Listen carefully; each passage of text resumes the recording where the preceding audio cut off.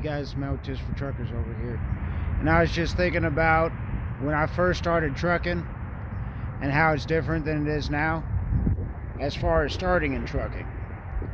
Now, I started trucking 13 years ago in 2010, 2011, around that time, and we were still suffering from, crash of 2008. Everybody was out of jobs, and trucking was the only place that was hiring. And so you got a whole lot of people that used to be carpenters, used to be welders, and all this. They were laid off and they were forced to drive trucks. They weren't forced, but that was basically their only option besides unemployment. So we had a lot of people come into trucking that really did not want to be truck drivers. But now we have the exact opposite problem. We have an abundance of jobs and everything. So the nice thing about today getting into trucking is a lot of these guys genuinely want to be truck drivers.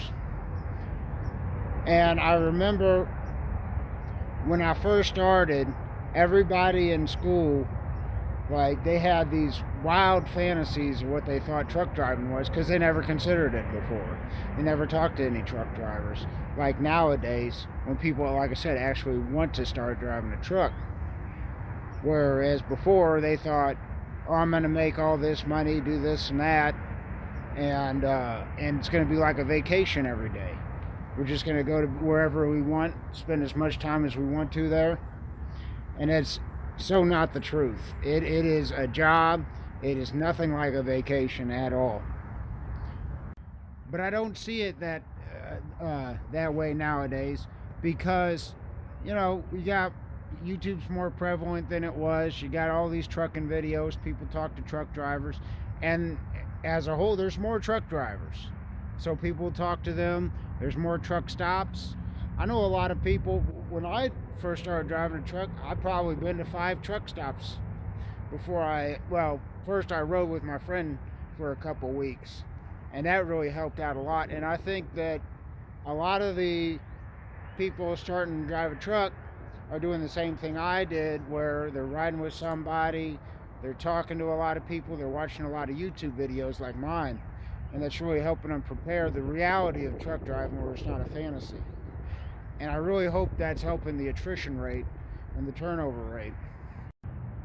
Because when I started, like I said, these guys needed the job. It's either trucking or nothing. And they were just dropping out of trucking school. They were dropping out just like that. And it seems like we probably have about similar turnover rates.